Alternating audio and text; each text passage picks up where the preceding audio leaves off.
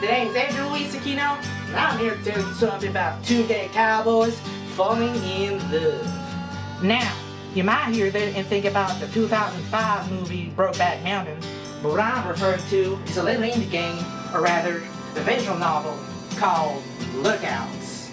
Our POV of this world is through our main character, Robin. He's a trans man in a gang of wolves who raid towns for money.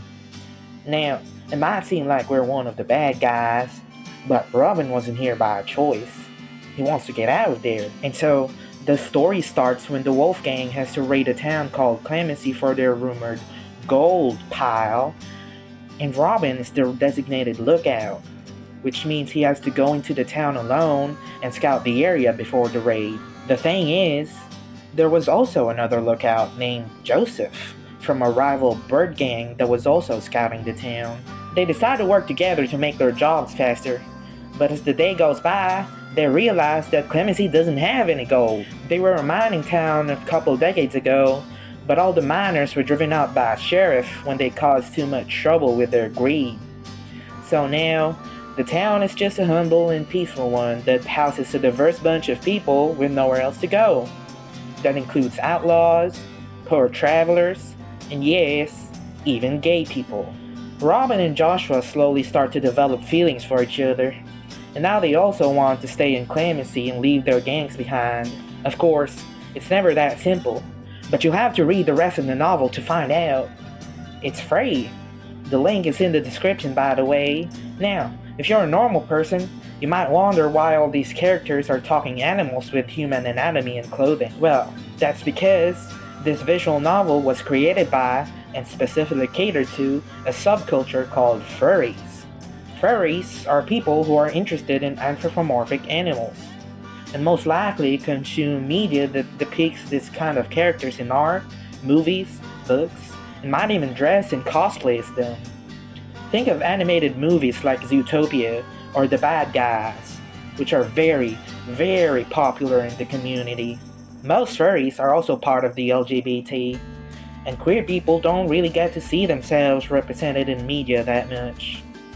So furries often seek what little media they can, and most times, that media is created by other furries.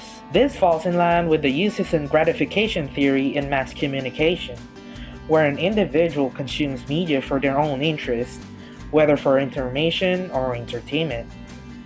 Only a small percentage of furries even enjoy reading, but visual novels catered to furries are actually very popular. Examples include the psychological thriller titled Echo, and the science fiction drama called Remember the Flowers. Lookouts alone has over 800 comments on its itch.io page, but it's also amassed a pretty decent fandom itself. If you don't know what a fandom is, Henry Jenkins describes it as a participatory culture, where people who like a certain media would expand on that media, often discussing it with other fans of the media or by creating new media derived from it. What you're seeing here on the screen are fan arts created by artists on Tumblr who are such fans of Lookouts that they decide to draw the characters themselves. Some people even write fan fiction where they write original scenes that aren't present in the visual novel and post it on this website called AO3.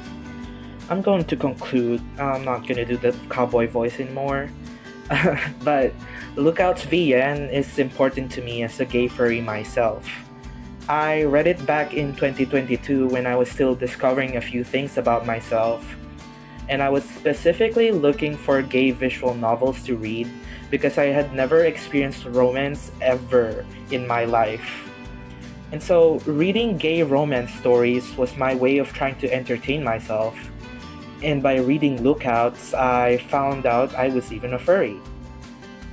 I got into the furry fandom and made a lot of friends, and I even got to meet my real-life boyfriend through our shared love of visual novels. So the media we create, consume, and interact with can definitely shape our lives and society in so many different ways.